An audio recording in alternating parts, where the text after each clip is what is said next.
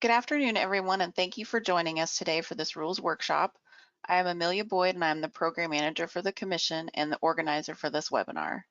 This meeting is being recorded and will be made available sometime next week. The documents which will be discussed here today are available in the handouts section of the webinar and on our website, which is wmc.wa.gov. All attendees are muted. Panelists may unmute themselves and share their webcam. Attendees, if you have a question, please use the raise your hand function or use the question section, and we will get to your questions as soon as possible. I will begin the roll call of panelists and staff. When I call your name, please introduce yourself. So first we have Ariel, if you'd go ahead. Good afternoon. I'm Ariel Page Landstrom. I'm a supervising staff attorney for the Commission. And then Dr. Turman. I am Gregory Turman. I'm a pain physician at the University of Washington and a pro tem on the Washington Medical Commission. Thank you. And Heather, if you'd go ahead. Yes, this is Heather Carter. I'm an Assistant Attorney General Legal Advisor to the Commission. And then Dr. Chung. I am Jimmy Chung. I'm a general surgeon and a member of the Washington Medical Commission. And then Melanie. Hello, I'm Melanie DeLeon. I'm the Executive Director of the Medical Commission. And then Dr. Lyle. I'm Sarah Lyle. I'm a family physician and I'm one of the commissioners. And then Dr. Small, if you'd introduce yourself and then read the script. Hi, I'm Robert Small. I'm a psychiatrist and I am a commissioner on the Medical Commission. I will be the presiding officer for this rules workshop. Today is Wednesday, June 2nd, 2021, and it is 1:04 p.m. Pacific time. This meeting is being held via the GoToWebinar platform. The rule being discussed today is regarding the exclusion sections in the physician and physician assistant opioid prescribing and management rules. The pre-proposal rules package was filed in the Washington State Register as number 20-08-070 on March 26, 2020. Ms. Boyd, please give an overview of the rules process. So, thank you. So since this is the first rules workshop for this rule, we'll just briefly go over what is a rule. So it's a regulation and it's a written requirement that applies broadly across a group of individuals or entities that enables, guides, or directs them to do something or prohibits them from doing something. A rule establishes or subjects individuals or entities to penalties if it is violated. It is a qualification or requirement that gives benefit or privilege, sets a qualification or standards that an individual or entity must meet to get a license or permit, or sets standards that must be met before a product or material can be sold. So then why are we creating this particular rule? We had some things come up during our rulemaking for the opioid prescribing rules back in 2017, and so we are trying to create this rule to address the practice of physicians and physician assistants prescribing opioids to patients in the following types of facilities, which is long-term acute care, nursing homes, residential rehabilitation centers, and residential treatment facilities. And that's all I got. Okay, so the next item on the agenda is to discuss the draft language. Ms. Boyd, are you able to put the draft language up on the screen? Yes, I will get my version.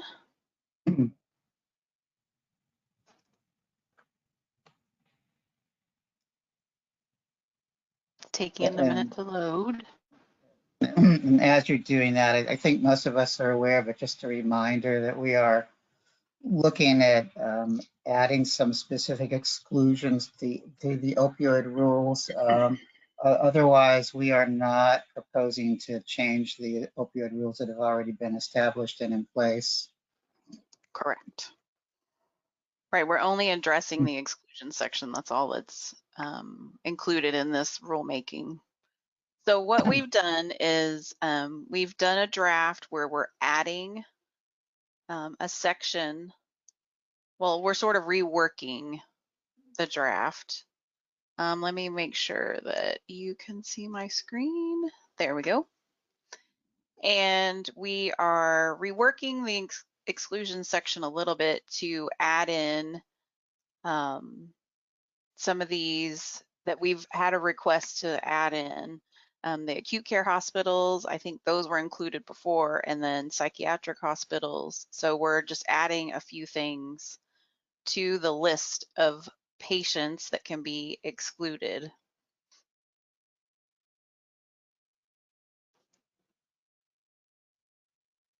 Are you able to scroll down a little bit? Mhm. There we go. We're adding to the list of exclusions, nursing homes, LTACs, residential treatment facilities, and residential rehabilitation centers. So those 4 additions to the exclusions list. So I will now entertain discussion from the panel about this. I cannot see everyone on camera, so please feel free to speak up.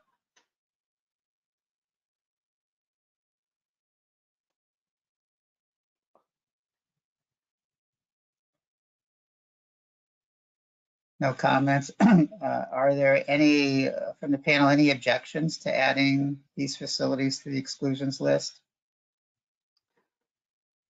So I just want to bring up a point that, so Mike Farrell's not here today, but he had sent some notes about exempting LTACs from the opioid prescribing rules, and they are in the handout section. He was saying that they, let me get his exact wording. Okay. He was talking about how he had done some research that says that LTACs are basically considered hospitals. And so do we really need to list them out? I mean, I think it's fine if we do. And then Ariel may have some more insight on what Mr. Farrell had sent to us previously. Yeah, this is Ariel. The long-term acute care hospitals are hospitals, and maybe if we look at the language that we already have in 246-919-851. So we have, Okay, let me go to there. that's one of the sections that we are changing, correct? Right. So Correct. we had there the treatment of inpatient hospital patients who are patients who have been admitted to a hospital for more than 24 hours. I think that did cover these people. So now we have the treatment of patients who have been admitted for more than 24 hours in the following facilities. Mike and I had discussed that they were already covered under the language that was there, because they're licensed as hospitals. They're not licensed as long-term acute care hospital. They're licensed as hospitals. Also, This is this is. Oh, go ahead, Heather. I was just going to say your definition of hospital, though, does not include that statute. So maybe that's where the issue is coming up. Doesn't include the RCW, oh, wherever. The LTAC statute isn't there. So, I think the statute that we're citing there is a Medicaid statute. I'd also say that that definition, when we put in subsections for definitions, they're really susceptible to being changed. Even if that definition doesn't get changed, if another definition in that section gets changed, those get alphabetized automatically by the code reviser. And so I would recommend, if you want to cite to a definition section, just putting the section and not the subsection, because as long as the definition is there, we'll know what you're citing to. So I would take out the specific subsection reference just in case it gets changed. So you're talking about this RCW 7460 blah, blah, blah. Yeah, I would just take out subsection 10. Okay. This is Dr. Small, and I would just offer a different perspective, which is I completely understand, Ariel and Heather, what you're both saying, and you're approaching this from the perspective of licensing and how facilities are defined in RCWs and WACs. But out in the world of practice, a lot of clinicians consider hospitals and LTACs to be separate types of institutions. So reading this without specifically calling out LTACs, a lot of clinicians would assume that LTACs are not covered under this. So I think it's just important to think about who's going to be looking at this and how they're going to interpret it. Excuse me. So I do like calling out the LTACs specifically for that reason.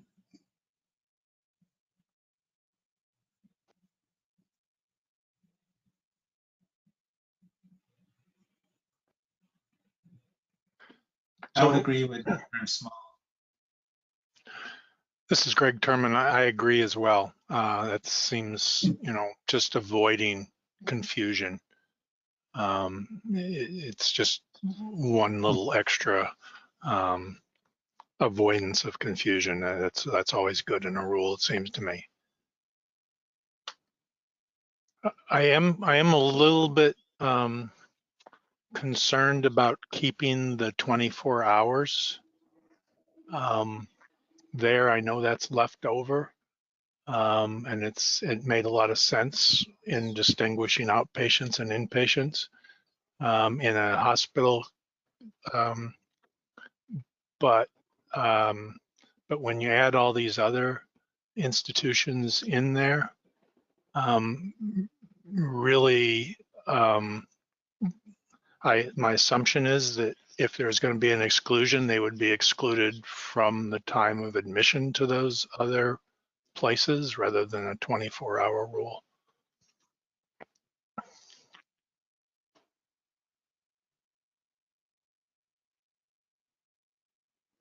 Other thoughts or comments about that?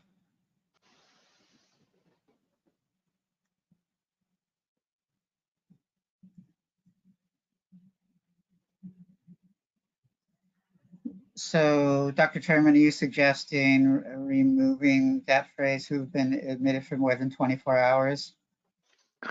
Well, it just doesn't seem to work for the nursing homes and the long-term acute care facilities where where we would be excluding them from the time they got admitted, as far as I can understand. Yeah, the other, as you say that, the other thought that pops into my mind would be the patients who get admitted to a hospital and are there for 23 hours for observation and then get discharged.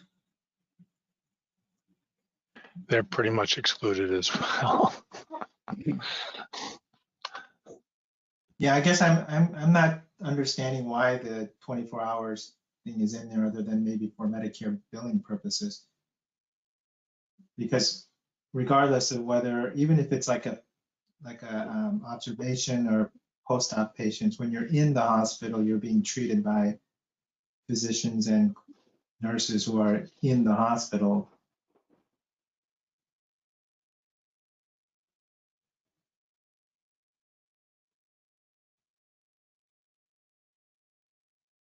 Other comments or thoughts? I think we have 3 of us that are favoring removing that phrase.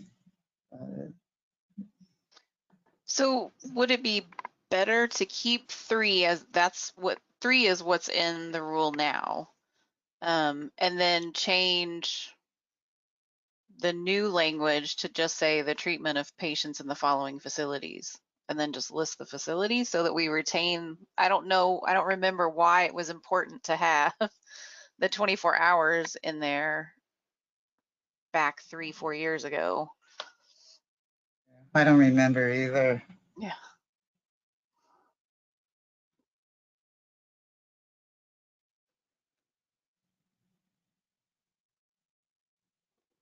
I would be fine with just adding those other facilities. It makes sense.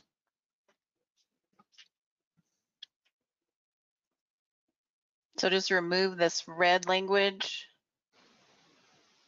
and keep Yeah. the list and still leave out 3? I think 3 is redundant to the list, so I don't think it's necessary. Okay.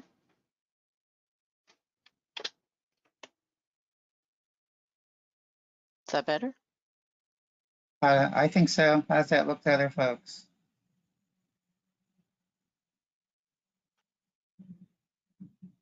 So far, we haven't seen any unintended consequences of removing the 24 hours. It's only been a couple of minutes, but I always I have this little joke about whenever legislation is passed, there's actually 2 laws passed at the same time. One is the law itself, and the other is the law of unintended consequences, which often doesn't show up until later. Similar to adverse effects to medications that often don't show up until they've been out for a while. Okay, so this is the language that you like, right? Just Are there any objections to that from anybody?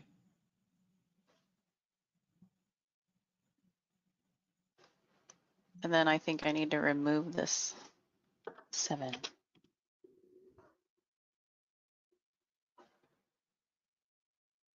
Okay. And these are the only proposed changes, Amelia, correct? Correct. Are there any additional questions or comments about the draft language from anybody? Panelists all okay with this? Okay, so I think the next item then is comments that were submitted in writing prior to the workshop. So according to my information, the first is from the Washington Healthcare Association, requesting an exemption for skilled nursing facilities. So I believe Ms. Boyd's putting that up on the screen right now. So give everyone just a minute to kind of read through that.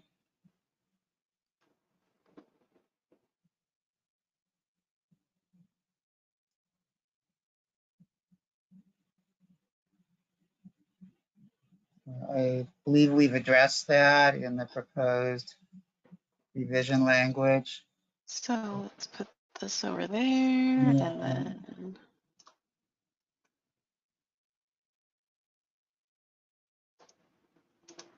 So we have item sub C there that I believe addresses skilled nursing facilities.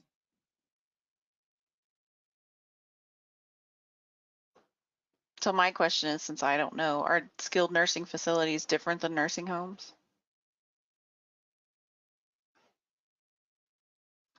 So my understanding is that skilled nursing facilities are a type of nursing home.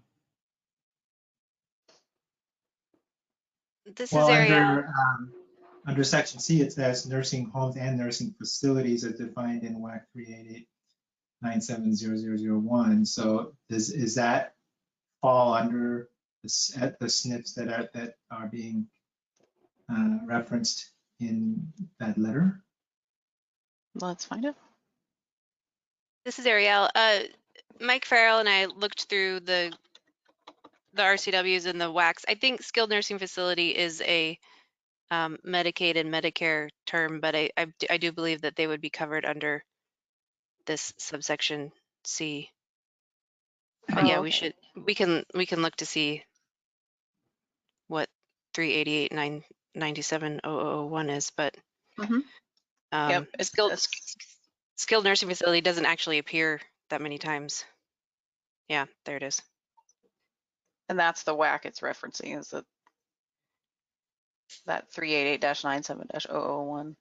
That's Yeah, where this. Medicare recipients under the Social Security Act. Okay. Yeah, so I'll just point out again that this is where, again, there is somewhat of discrepancy between WAC and the real world. The term skilled nursing facility or SNF is used extensively out in the commercial world, not just for Medicaid or Medicare. So I But think you're right. With C, we've covered this comment. yeah, I think we have. I'm not sure if there's any other kind of nursing facility, like a unskilled nursing facility, maybe. Yeah. Let's hope not. Well, I guess that to that point then, were we just looking at that WAC then, the definition? Correct.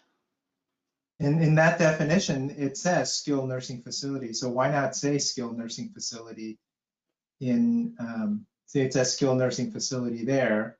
So why don't we say that in the rule? This is Ariel, because we call them nursing homes. Skilled nursing facility is a Medicare and Medicaid term. In chapter 1851, we call them nursing homes. Right, think but what then we under that it says nursing facilities as defined in WAC 38897. So if that's under that, if it says skilled nursing home, why aren't we saying the same, using the same terminology? Because it also has this nursing facility.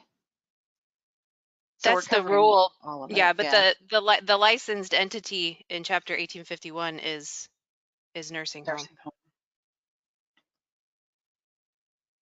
Like you can see right below that, nursing home means any facility licensed to operate under chapter 1851. Okay. But I think by just pointing out the WAC, we're covering this nursing facility as well as the skilled nursing facility. So we're just sort of bucketing.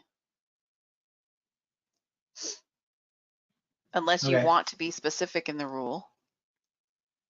I'm just referring back to the WAC. So if we're referencing the WAC, I thought it had said skilled nursing facility in there, but it does apparently that too.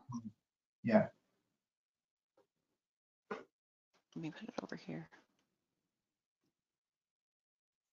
So it says nursing facility, and then it also says way down here, skilled nursing facility.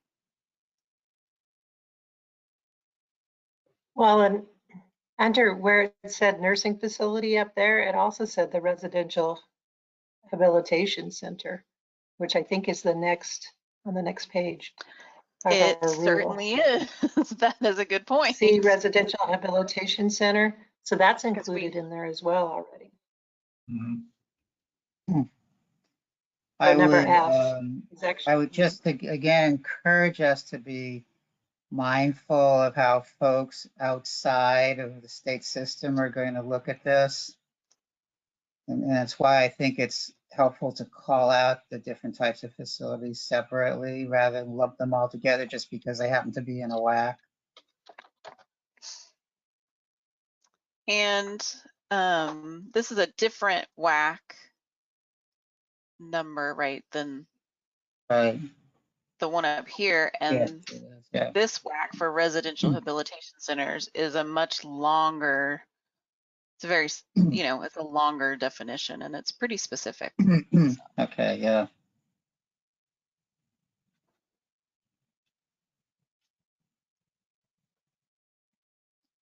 Yeah, and these are, I know a couple of these places quite well. These are very different than nursing facilities or skilled nursing facilities. And that is one of the comments we received, is to add the RHCs to the exemptions, exclusions. So I think we've addressed the comment from the Washington Healthcare Association, because we are adding in this C, right? Dr. Chung, are you okay going forward with that? Okay. I think that seems to address the letter then. Okay. So the next comment is from Dr. Christian Dahl, asking that the commission consider adding rehabilitation centers to the exclusions, which we were just talking about. And he explained why they're different and things like that in the correspondence. So that's why. Being redundant, as I said, being familiar with a couple of those that were cited, I definitely agree that they are different. So Dr. Small, could I ask, it sounds like you're much more familiar with these facilities than I am. So if people are admitted from a hospital to these facilities, as was pointed out, and maybe we're gonna see it in another comment here soon, then the H&P has already been done, and they're likely just to continue on their pain medicines from the hospital. But are there other times when they really are not admitted from the hospital, but come in through another avenue, and then the prescribing of opioids strikes me as being important. To some of the rules would be important, checking a PMP, that sort of thing. Yes. And so that, I guess, that would be a question that I would be interested in other stakeholders addressing, because it seems important, particularly if it's going to be a while before an H&P can actually be done in these facilities. How are we safeguarding opiate prescribing in those kinds of situations?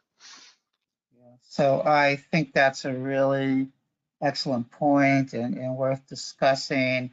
My observational experience with the two facilities that I know is that I would say 90 to 95% of the time, but not 100% of the time, patients are admitted either from an acute hospitalization or from a psychiatric residential treatment facility. So those types of initial workup components have already been done. But I have seen scenarios where occasionally patients are admitted directly from the community.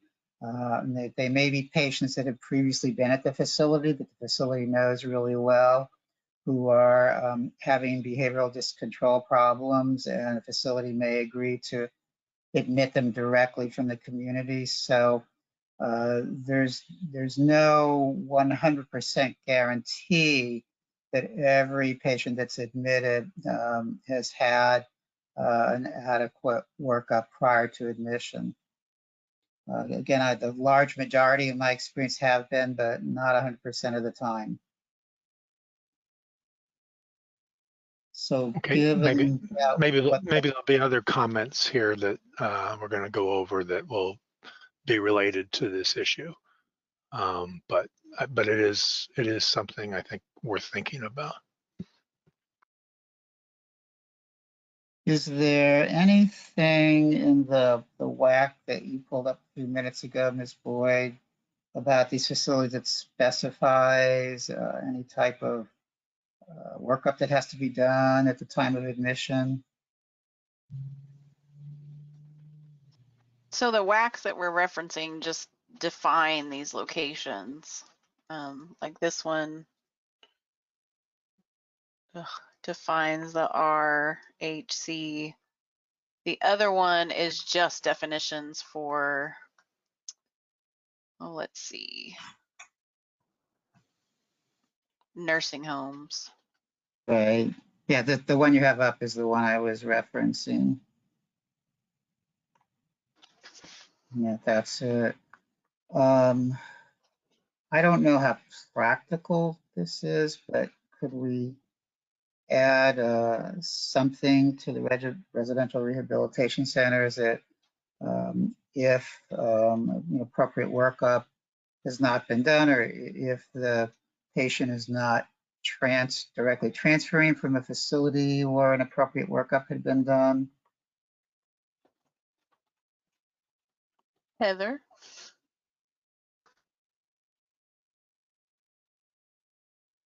Sorry, I had to find my unmute.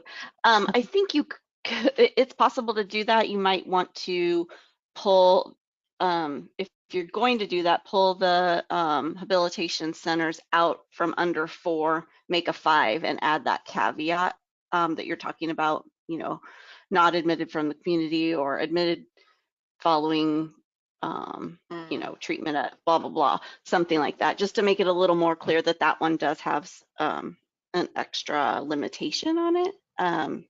But I think we could figure out some wording to make that clear.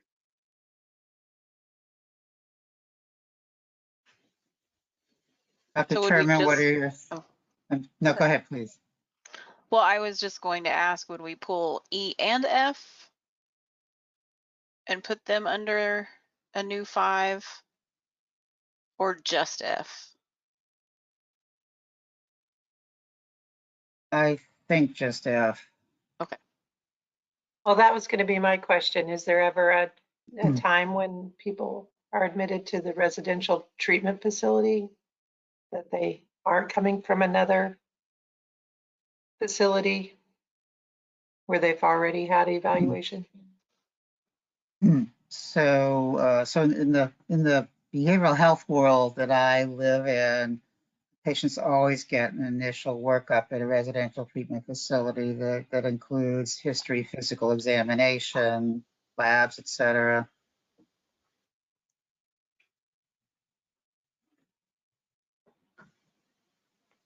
Dr. Turman, I'm just curious about your thoughts about what I was suggesting.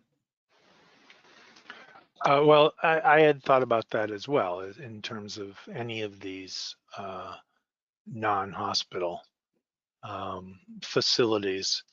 You know, if in fact they're transferring from the hospital, then I certainly agree with the folks that have written in saying, well, the H&P's already been done.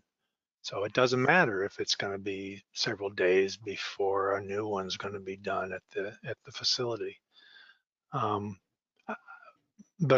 I'm less clear on how often it is that, you know, come in from the community and there is no evaluation that's been done, whether that's PMP evaluation or just, you know, looking at how the patient's done on medications that are just transferred over.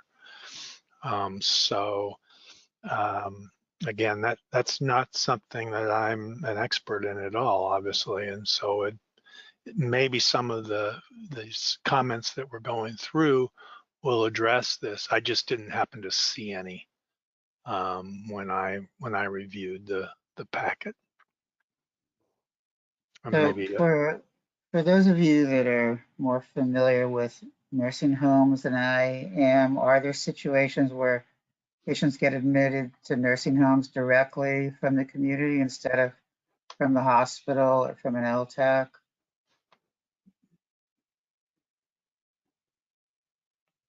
Thanks, Sarah. I see you shaking your head no.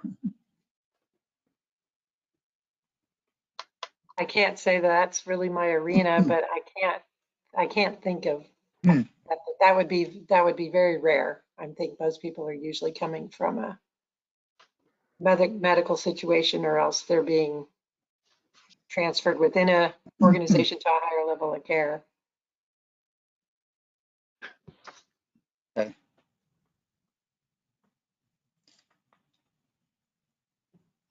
So what is the wish of the panelists regarding item F? To leave it there or pull it out and add a proviso to it as we were talking about?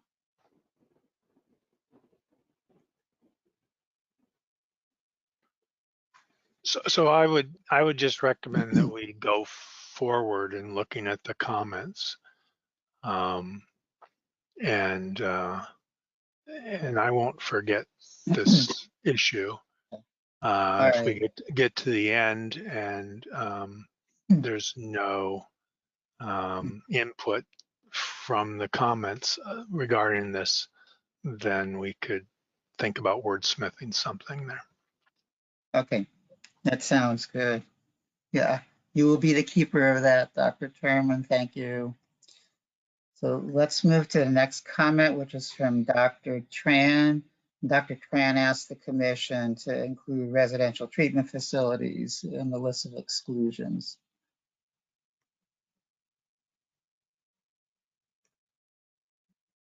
So that's up on the screen now.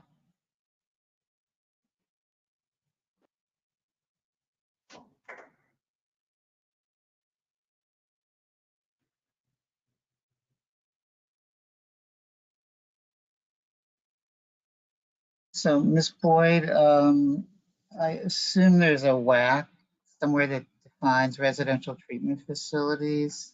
Is that something you might be able to find? So there's a, looks like WAC for an RCW. W. Hold on a second.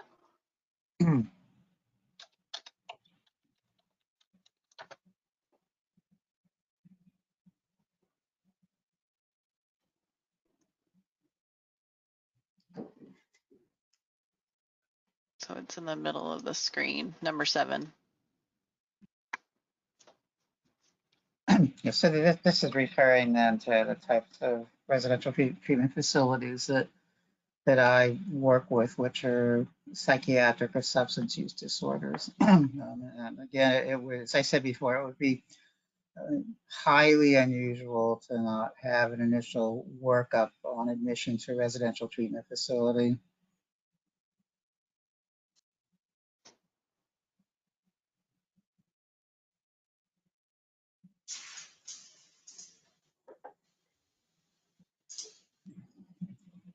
So, So why do they need an exception if there's always a workup? I thought the exception was because there's been, are you saying there's been a workup where they were before so that when they go to the treatment center, they're fine? sometimes they go directly from acute hospitals to the residential treatment facilities. So in those situations, the workup may not occur immediately. It may be delayed by a few days because the admitting physician or nurse practitioner is comfortable with what was done in the hospital, as opposed to if they're coming from the community, it's usually done pretty quickly. Okay.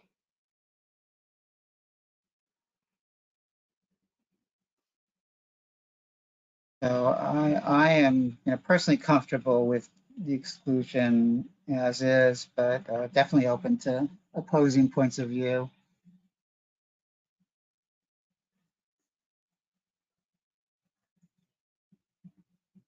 Anybody?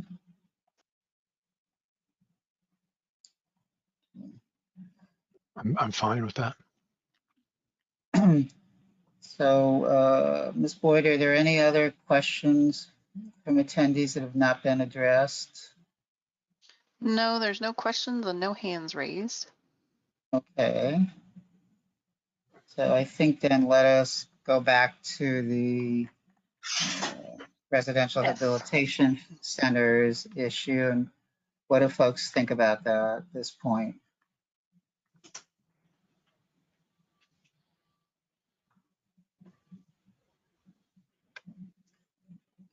I think our options are to, again, leave it where it is, or to do a separate item 5 on it and add some type of language addressing scenarios where patients being admitted from the community rather than from another facility where an appropriate workup would have been done.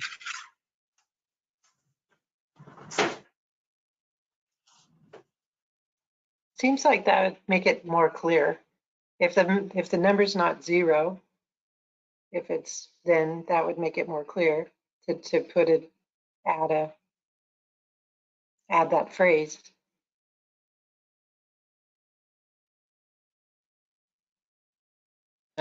So for instance, if you said something like residential rehabilitation centers as defined in WAC, if patients are transferred from other exempt institutions, it seems like that's what we're suggesting, is if they come from these other exempt places, they can be assumed to have had a H&P recently, an evaluation recently. Yeah. Amelia, could you maybe type that out and then we can see how it looks? So I think what you're trying to say is that those that arrived from a facility listed in 4 Yeah. are exempt, right? Okay. Yes. Yeah, so let's try that and see how it looks. So what is the language? Like patients who have been transferred, or is that the word we would use? So I think we need to start with, residential rehabilitation centers is defined in the WAC. When So patients have, instead of Greg, 5, please. it would be an F, what I was suggesting. Yeah, I think Heather just said we should pull it out and make it a separate 5. I see. Yeah. Okay. Yeah. So you want this. Yes, so that just as it is. So I'll just toss out some language and we can play with it then. When patients have been transferred directly from any of the facilities in sub 4 above.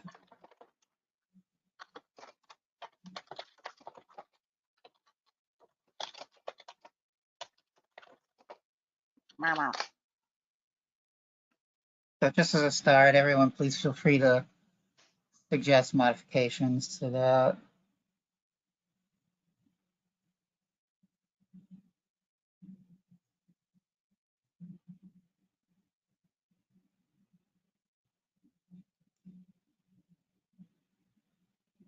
And then you would get rid of F. Correct. Right.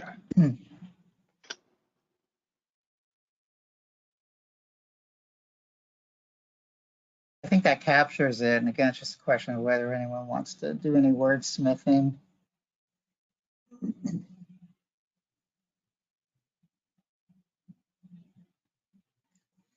Anybody? Everyone think that's acceptable? Ariel, question for you. Do I need to put subsection before the 4? Yep. Okay. And then I think the language of the section is excluded instead of exempt. And then I'm just looking to Right. see what these folks are called, if they are patients or residents. Yeah. We have patients up there in sub 1.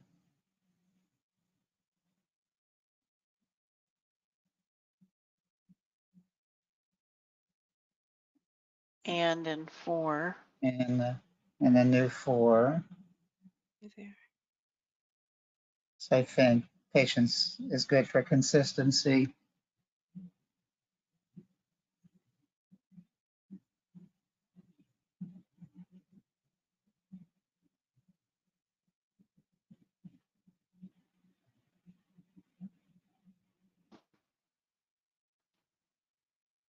Let's see. Hold on. I got to look at this again.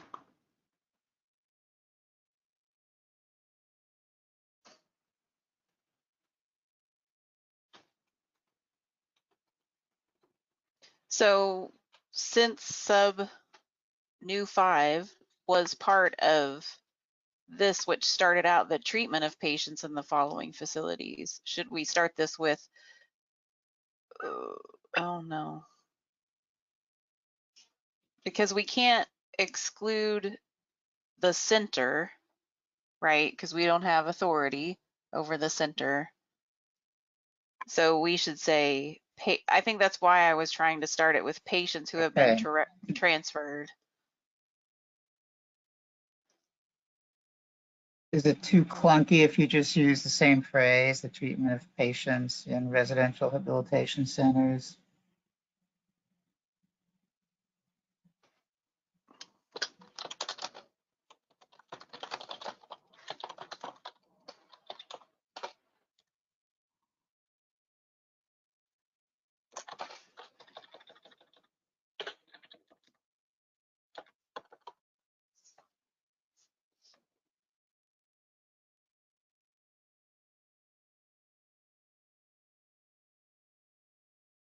maybe a facility described in subsection 4 of this section.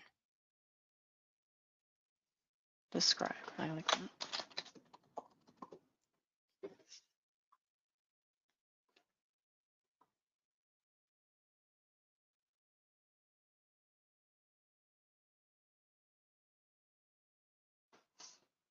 That clear as mud now. I think it's clear.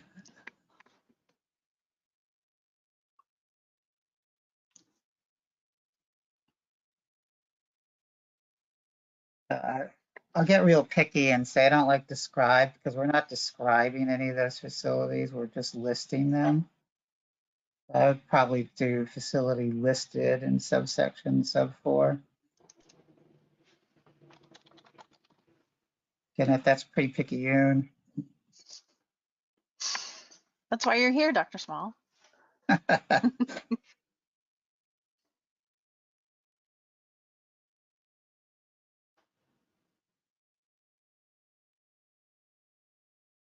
Anyone else want to wordsmith this?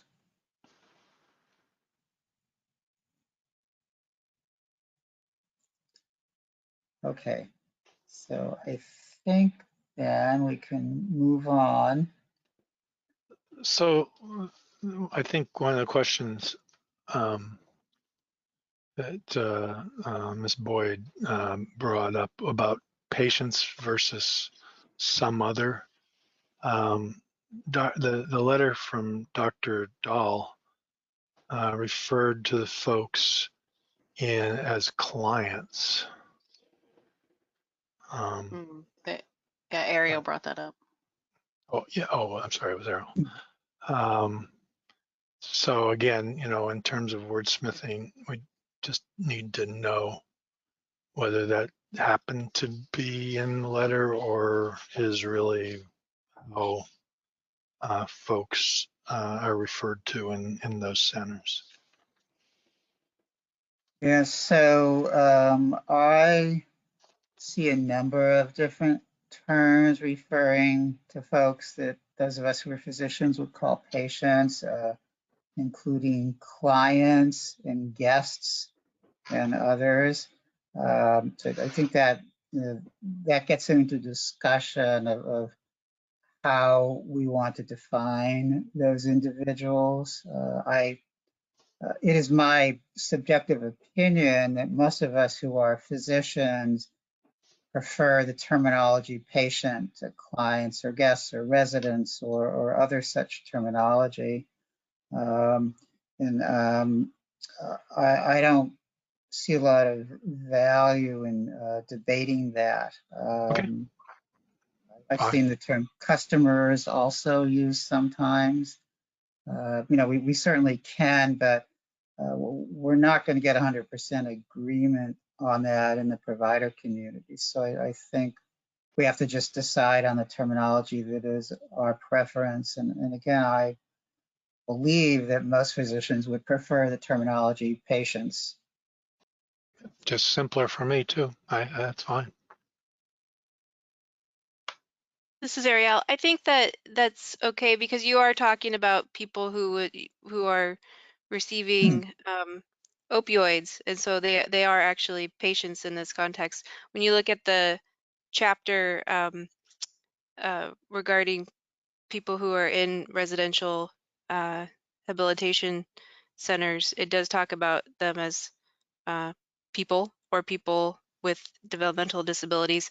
But since these are actual people who would be receiving treatment, I think patients is the correct term here. But if anybody who is on the workshop or anybody wants to write in about that, they certainly can do that for us. On that note, did we define the term patient somewhere in this rule? Probably, well, I don't think patient is defined. Hold on. In our WAC. Oops.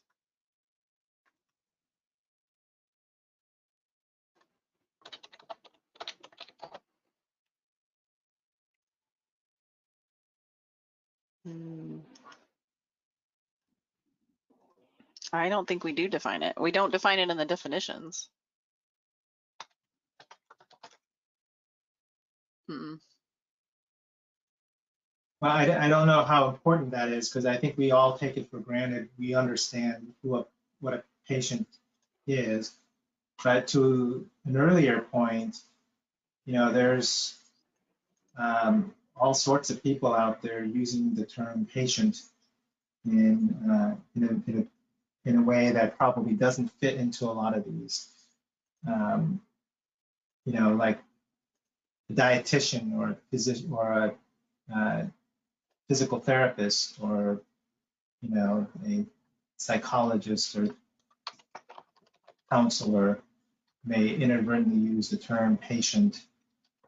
And it might be important for us, especially when we're defining who's actually receiving opioids, to think about whether or not that's important for us to do. I'm not saying we should, I'm just saying, raising the question, do we need to define the term patient?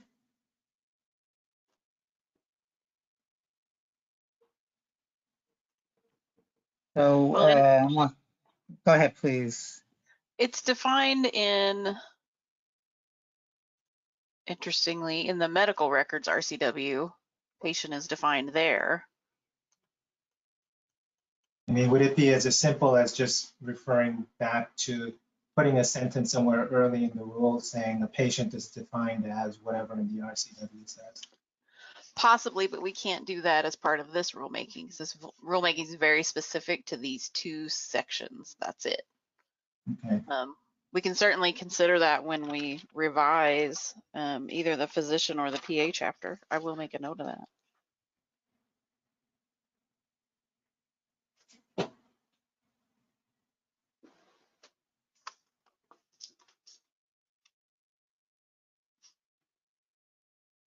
Any other comments about that? Okay, I appreciate that comment, Dr. Chung. It's definitely worth considering.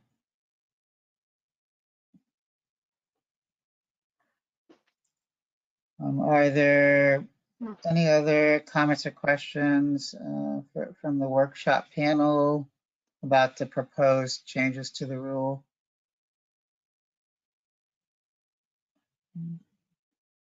Ms. Boyd, do we have any questions from attendees?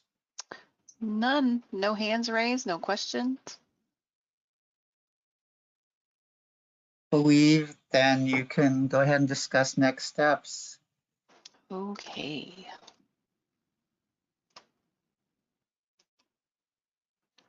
So here's our proposed rule development timeline. Obviously, we're doing this workshop. It sounds like we won't need another. So what we'll end up doing is bringing this draft language to the commission's policy committee for review in July, as well as then to the full commission at their business meeting in July, where we will ask for them to approve initiating the next step in the rulemaking process, which is the CR 102, which is the proposal. And then we hope to have the rules hearing sometime in November, and then these rules would be effective sometime in probably late December or early next year. Okay. Before we potentially finish then, is there anyone else who'd like to make any comments, questions, etc., about the proposed changes to the rule, proposed additions to the rule? I don't see anybody and I don't hear anybody. So if no one else has any comments or questions, then I will now close the workshop. Thank you very much, everyone, for participating. Thank you, Dr. Small. Thank you, everyone. Okay. Bye, everybody. See you soon. Thank you. Bye-bye. Thank you. Bye.